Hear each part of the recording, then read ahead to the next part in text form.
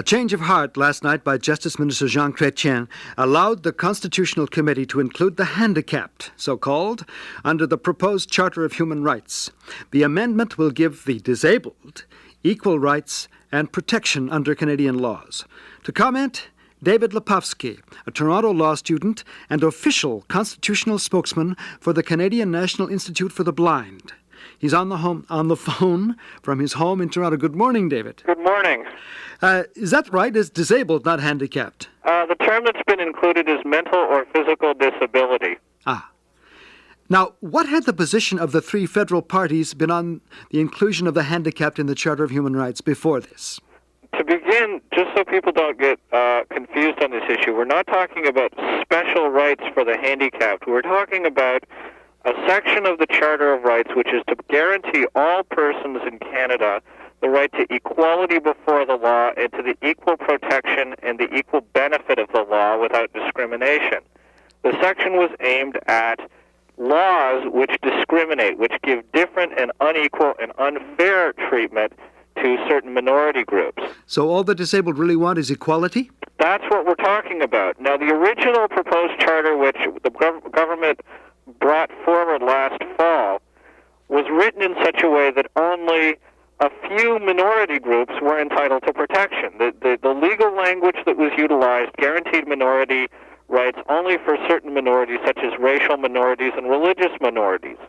It did not protect the handicapped, and this led to a rather absurd situation. It proposed that some minorities were entitled to equality while others weren't. You mean some minorities were more equal than others, to quote George Orwell? Even worse, it suggested that when there's that there would only be minority for some, and in our view, minority for some really means privileges for some. Well, David, what were Mr. Chrétien's arguments against accepting the proposed amendment?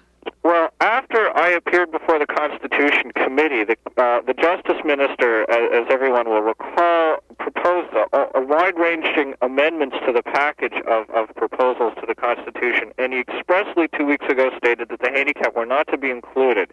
He gave us about 3 reasons why the handicapped should not be included, all of which were absurd, and all of which I think were ultimately the cause for the government changing its views, because their arguments were so devoid of any content. What were the arguments anyway?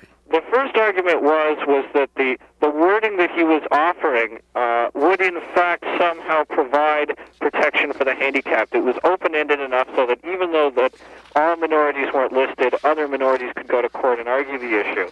Any first-year law student has learned basic rules of how to interpret a law. And one rule that you learn is that when they give you a checklist like this, unless very specialized wording was implemented, and this specialized wording was not offered in this case, that a checklist, such as the 6 or 7 minorities that were offered, would be the only list of protected minorities.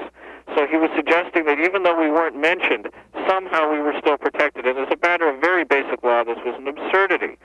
The second argument they utilized is that we shouldn't include the mentally and physically handicapped because somehow the concept of handicap is too difficult to define. Now, the government has utilized vague language in this charter. It's talked about not being denied unreasonable bail. It's talked about, quotes, freedom of expression. And these are all terms which have a certain amount of fluidity. There's certain innate vagueness in them. And the nature of constitutional rights, as we've learned from 200 experience with constitutional civil rights in the U.S., is that you have to employ language that has a certain amount of fluidity or ambiguity. As long as there's certain basic certainty, the courts will sort out whether blindness is a physical or mental handicap, whether deafness is a physical or mental handicap. And so for the Justice Minister to have argued that the term is too vague or it was too difficult to define was frankly contradictory with other language that he was using that was equally or more vague in the Charter, and it was simply an invalid argument. It suggested the courts did not have the expertise to define what is a handicap, and I think they do, and I believe the government has come to that opinion itself. The final argument that they utilized is that somehow handicap right to constitutional equality would be best guaranteed by legislation and not in the Constitution. Well, if our rights are best protected by legislation, Why are the rest of Canadians' rights not protected best by legislation as well? Why are we going through this constitutional exercise in the first place? Either we need a constitution to protect our rights, and if so, make sure everybody's protected, or we don't need a constitution to protect our rights, and then make sure everybody's rights are protected by legislation. Now, were you supported by any political party in your proposals? Our proposals, and I should add that while I'm speaking on behalf of the Canadian National Institute for the Blind, and we have been acting very actively on this issue, that other handicapped groups as well have been pushing this issue, and non-handicapped groups, including the Canadian Human Rights Commission, the Canadian Jewish Congress, the various status of women groups, have all been promoting this. So I don't want anyone to believe that we're the only people promoting this. Does this include the native peoples too? I don't recall, that is to say, the proposal that we're discussing. They're being left out of the Constitution, I understand. Well, their claims are being argued and are being very, very strongly argued within the committee, from my understanding. As to how that's going to be resolved, unfortunately, my studies for my bar exams haven't allowed me the time to follow that particular issue. But you have heard the news that last night Mr. Chrétien was applauded by the Conservative members of the Constitutional Committee. The handicap issue, and that's because as soon as the package of the Chrétien amendments were tabled 2 weeks ago, which again left us out, both the Conservatives and the NDP came out with platforms totally in support of handicap right to equality being included in the Constitution. So the government was faced with a very difficult situation. Its arguments were absurd. Both opposition parties were sympathetic to us. This is the International Year of the Disabled Person, whose theme is equality for the handicapped. So it would have been kind of embarrassing to go ahead with this. And the ultimate embarrassment for the government, frankly, was that the government appointed a special committee, parliamentary committee on the handicapped last summer. It was chaired by David Smith, who's a very bright and capable Liberal member of Parliament from the Toronto area. It was an all-party committee. It had hearings right across the country last summer on the interests of the handicapped. And in its interim report this fall, one of its first and most strong recommendations was that the handicapped should be included in the right to equality section of the Constitution. So not only did the government face this issue from the opposition, but its own government spokesperson, who was appointed to look into this issue of the handicap rights, had been promoting this issue publicly for some time now. Now, what will the inclusion of the disabled in the proposed Charter of Human Rights mean in the future? It'll mean three things.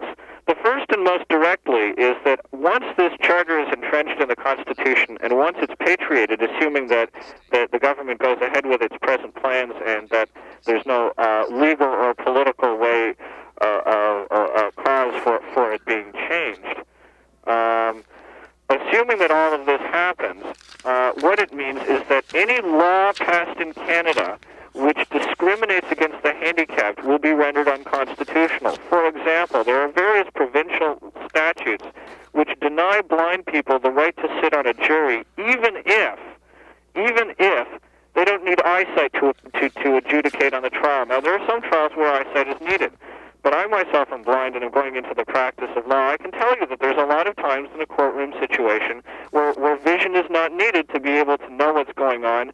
And believe me, the job of the lawyer is as difficult, if not more difficult, than that of a juror. And yet there are many blind practicing lawyers in Canada and the U.S., and hopefully I'll be joining their ranks. So that's an example of a law that discriminates. Another example is the fact that certain provincial and federal minimum wage laws say that everyone is entitled in employment to being paid a minimum wage. But it then says that certain government officials can license an employer to pay a handicapped employee less than the minimum wage under certain circumstances. Not under all circumstances, under certain circumstances. And there are times when this can be patently discriminatory and that the law would promote it.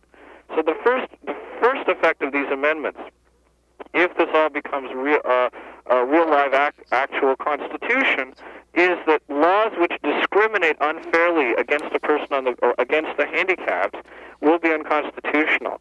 The second goal, and this is very important, this Charter of Rights, once it's enacted, will be something which will be posted up all over the place, will be read by people and children in school, will be discussed publicly, and the notion that will be clearly written on its face that the handicapped are entitled to equality is something which will be very actively promoted. The biggest problem facing many handicapped that CNIB has experienced in the area of blind and partially sighted people is public misunderstanding and discrimination and an unwillingness to perceive a blind person or other handicapped person as an equal.